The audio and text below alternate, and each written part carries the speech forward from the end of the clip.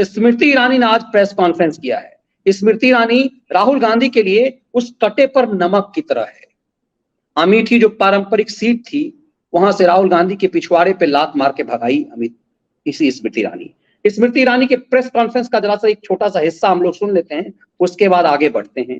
कर्नाटक में भी इनके बवंडर को समझते हैं। श्री गांधी कर सकते हैं, लेकिन प्रश्न ये उठता है, अमेरिका में राहुल गांधी की उनकी मुलाकात की है, जॉर्ज सोरोस द्वारा फंडेड, सपोर्टेड फाइनेंशियली, इस महिला से क्या गुफ्तगू कर रहे थे श्री गांधी? इसका खुलासा केवल श्री गांधी कर सकते हैं। लेकिन प्रश्न ये उठता है, भारतीय जनता पार्टी ने स्वयं इस विषय कि किस प्रकार से जॉर्ज सोरोस हिंदुस्तान में लोकतांत्रिक तरीके से चुनी हुई सरकार को हटाना चाहते हैं। जब जॉर्ज सोरोस के इरादे हर हिंदुस्तानी को पता थे, तब भी ऐसी क्या मजबूरी थी कि श्री गांधी ने जॉर्ज सोरोस की एक सहयोगी समर्थक के साथ अमेरिका में जाकर मीटिंग की? पब्लिक डोमेन में, इंटरनेट पर ये जानकारी भी उपलब्ध है कि श्री गांधी की 4 जून की न्यूयॉर्क की बैठक में रजिस्ट्रेशन के लिए एक व्यक्ति का नाम और नंबर दिया गया। उस व्यक्ति के, श्री अंसारी, उनके संबंध पाए गए Islamic Circle of North America से। Islamic Circle of North America के बारे में 28 फरवरी 2019 में यूएस कांग्रेस में, हाउस ऑफ रिप्रेजेंटेटिव्स में एक रेजोल्यूशन के बारे में कहा गया कि इसका संपर्क और संबंध जमाते इस्लामी के साथ है। ऐसा क्यों है कि पब्लिक डोमेन में जिनका संबंध और संपर्क जमाते इस्लामी के साथ, ये मामला यहीं तक नहीं है, आगे उस सेट्टी के बारे में भी स्मृति ईरानी ने कहा है कि ये जो सेट्टी है वो कौन है और सेट्टी के साथ राहुल गांधी के रिश्ते क्या हैं। इस बारे में भी उन्होंने आज उस पूरे परिप्रेक्ष्य में सामने रखे हैं, जिस बात को लेकर के हमने चर्चा किया कि भारत जोड़ो यात्रा में जो व्यक्ति राहुल गांधी के साथ घूम रहा था वो व्यक्ति कौन है। और परत दर परत स्मृति ईरानी ने उस साक्ष्य को सामने रख दिया है। जब कर्नाटक में कांग्रेस की सरकार बनी तो बौखलाई कांग्रेस पार्टी ने मौका देखा कि सत्ता हमारी आ गई है तो अब हम किसी को छोड़ेंगे नहीं। और मुझे लगता है कि ये वही वीडियो है, जरा सा हम सुन ले, 30-40 सेकंड का शायद ये भी है।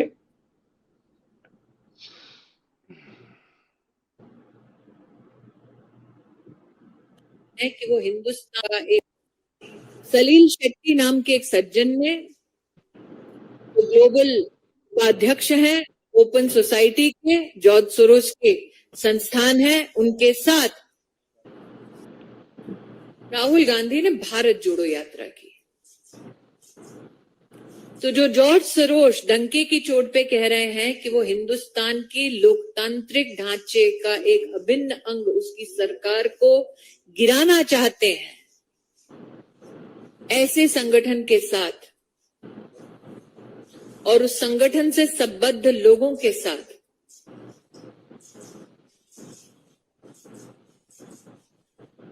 क्यों गांधी खानदान अपने रिश्तों को और भी मजबूत कर रहा है? क्या है ये खेल सर?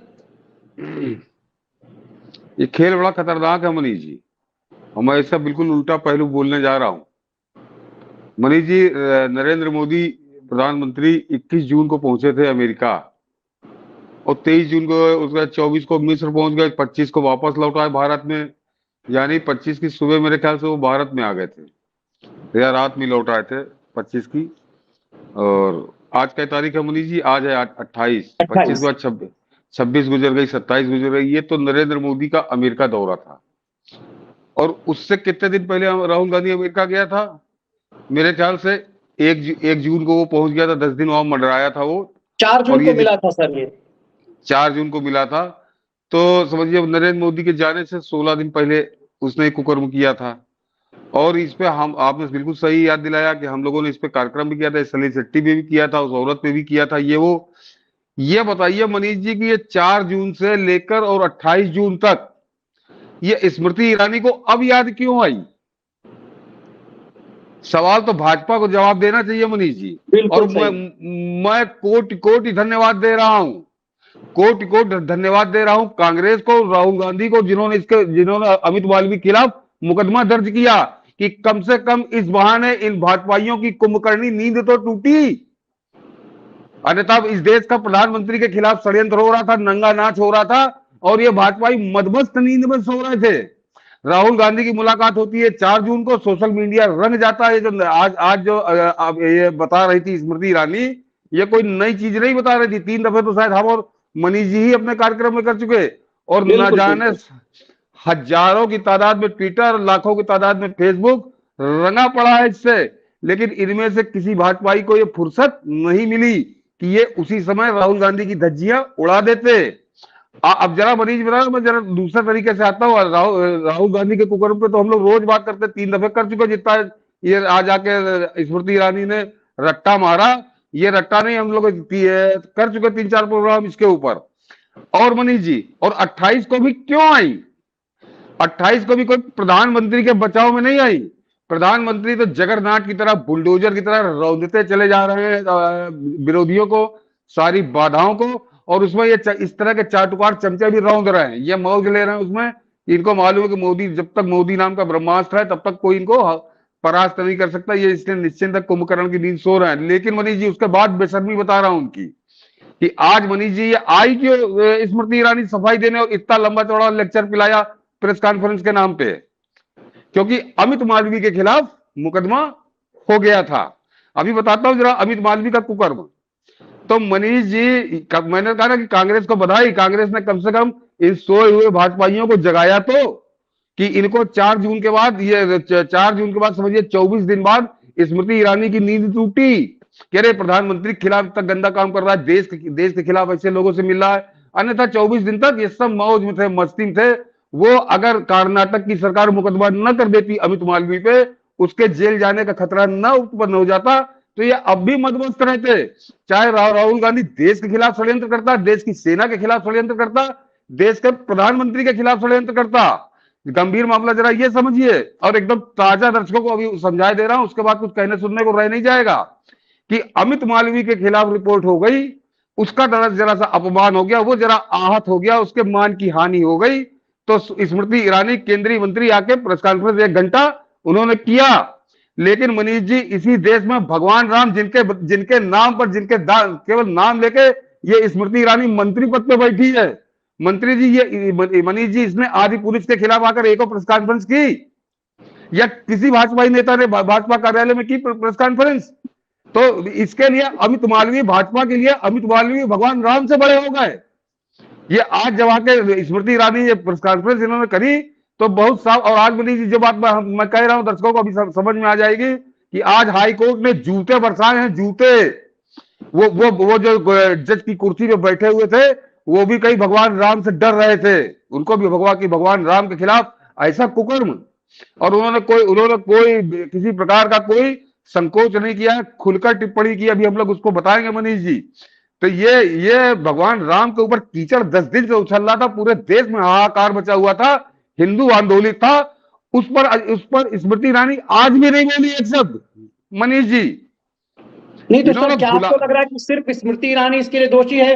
मुझे तो लग रहा है स्मृति ईरानी तो भेजी गई है प्रेस कॉन्फ्रेंस के लिए किसी क्योंकि राहुल गांधी को इसने हराया है। ये तो पार्टी का एजेंडा लेकर के आई थी स्मृति ईरानी। स्मृति ईरानी तो एक डमी चेहरा है, इसके पीछे तो जेपी नड्डा मतलब बीजेपी के प्रेसिडेंट पे देना चाहिए। सरकार की जिम्मेदारी है, सरकार के जो मंत्री हैं उनकी जिम्मेदारी है कि देश के प्रधानमंत्री अमेरिका में राहुल गांधी जॉर्ज सोरोस के चमचों से मिल रहा है, उसके अधिकारियों से मिल रहा है, और उस पे सवाल 1 महीने बाद, लगभग 1 महीने तो ही गए, 4 तारीख को मिला है वो, और उससे भी पहले जो दंड यात्रा के समय जो खेल कर रहा था वो तो उससे भी पुरानी बातें हैं ना। नहीं वो 31 जनवरी को बनी थी। 31 जनवरी को हम लोगों ने फरवरी में इस कार्यक्रम किया था, सलील शेट्टी फलाने डिबाके के ऊपर ये कैसे कैसे कुकर्मियों से मिल रहा हो। मनीष जी जो अपने नियमित दर्शक उनको याद होगा, मैंने कहा था कि ये यात्रा तो इसका दिखावा, इसके भयानक परिणाम हम लोग को इसके बाद मिलेंगे, क्योंकि ऐसे ऐसे लोगों से ये मिल रहा है। ये बता रहे इन लोगों की नींद नहीं टूटी थी। और नींद क्यों टूटी?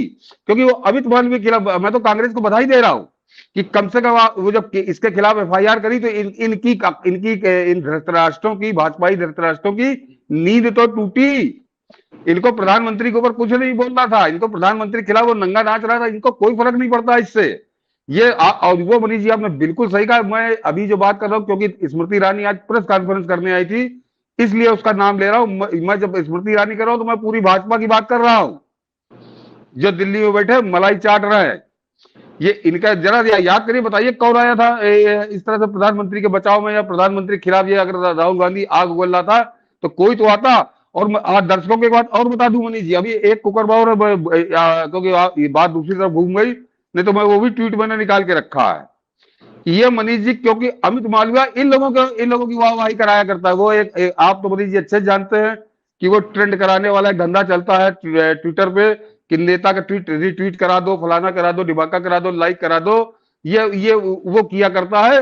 तो क्योंकि वो इनको एक तरह से इनका ड्राइवर सीट पे बैठा हुआ है सोशल मीडिया की, तो उसमें अगर कोई आपत्ति हो गई, लेकिन इनको शर्म नहीं आई कि जिस भगवान राम के नाम पे है उस पर स्मृति ईरानी को आज तक याद नहीं आई, किसी भाजपा नेता को आज तक याद नहीं आई कि एक प्रेस कॉन्फ्रेंस जरा उसके ऊपर भी कर दी जाए। नहीं आई किसी को मनीष जी याद। प्रधानमंत्री के खिलाफ इतना जहर उगलता है, नहीं आई किसी को याद। तो ये आज इसका एक खतरनाक खेल ये था। और बाकी जो ये कहानी सुनाई है जॉर्ज सोरोस की या उस औरत की जो उससे जुड़ी हुई है, या ISI के लिंक की, तो ये मतलब जो जरा सा भी राजनीति में जिसकी रुचि है या जो प्रधानमंत्री मोदी को फॉलो करता है उसको सबको मालूम है। ये कोई नया आके इन्होंने कोई बड़ा रहस्य नहीं खोल दिया वाहवाही लूटने के लिए। ये केवल उस अमित मालवीय जो IT सेल का इंचार्ज है उसकी वाहवाही करने के लिए। और मनीष जी मैं आज बोल दूं कि जो दर्शक जान लगे, जो जिनकी राष्ट्रवाद पे, जिनके ज्ञान पे, जिनकी विद्वता पे मुझे कभी कोई संदेह नहीं रहा, डॉक्टर आनंद रंगनाथन, अजीत भारती, इस तरह के जो लोग हैं, जो सोशल मीडिया के दिग्गज हैं, उनके कभी ट्वीट अगर उनको रेगुलर फॉलो करिए, उनके यूट्यूब फॉलो करिए, तो वो इस IT सेल और इस अमित मालवीय को पूरा धोया करते हैं वो। और वो कट्टर राष्ट्रवादी है, कट्टर हिंदूवादी हैं और कट्टर मोदी भक्त हैं, लेकिन वो इनकी तरह नहीं है। तो ये एक गिरोह है भाजपा में जो मौज ले रहा है प्रधानमंत्री मोदी के नाम पर। और वो इनके भाग्य में बता। ये मनीष जी पहली बार नहीं हो रहा मुझको, क्योंकि मैंने वो दौर भी देखा है 98 से 2004 तक। अन्य कई कारणों में गिनाता हूं, लेकिन 2000 अटल जी की 6 साल की सरकार इतनी उपलब्धियों के बाद इसीलिए उसकी नाव डूब गई थी, क्योंकि इसी तरह के चाटुकार चाहे सब चमचे सक्रिय हो गए थे। और अभी एक चमचे का तो नाम लूंगा तो आप लोग चौंक जाएंगे कि वो किस तरह का है, लेकिन उस पर प्रधानमंत्री, उसके लिए किसी को नहीं, उस पर प्रधानमंत्री मोदी को ही निर्णय करना पड़ेगा मनीष जी। वो नहीं है, वो बड़ा VIP चमचा है। और उसने ऐसा कुकर्म किया है कि उसको माफ नहीं किया जा सकता। और उसको माफ नहीं किया जा सकता। आप इससे समझ लीजिए कि आज हाईकोर्ट ने जो कुछ कहा है उसके बारे में, उसके बाद समझ लीजिए कि वो शायद इस धरती पर न रहता। ये इलाहाबाद हाईकोर्ट के बड़े वरिष्ठ जजों ने आज जो टिप्पणी की है, मेरा क्रोध इसी बात आने से पहले समझना जरूरी। आपने भी एक बढ़िया लाइन लिया कि अमित मालवीय के लिए ये लोग परेशान इसलिए हुए क्योंकि इन बीजेपी के चिरकुट टाइप के नेताओं को वो ट्रेंड करा रहा है। ये इतना सरकार के लिए जो काम कर रहे हैं या फिर जो नेशन के लिए जो लोग काम कर रहे हैं, उनके ट्विटर को कोई ट्रेंड नहीं करा रहा। आपको याद दिखाई नहीं देगा कि हम लोगों का किसी विश्लेषण को अमित मालवीय ने कभी ट्वीट करा हो, कभी नहीं, कभी नहीं। आपके वीडियो को, हमारे वीडियो कभी, या फिर, लेकिन उधर देखिए, आप देखिए कि सनसनीबाजों हो चाहे वो पेट पे लात खाया हुआ गैंग हो, उनके देखिए कैसे ट्रेंड कराए जाते हैं। तो ये चिरकुट टाइप के लोग, इसीलिए बौखलाहट इनको है कि अमित मालवीय मेरा जेल ना चला जाए, ये खेल है।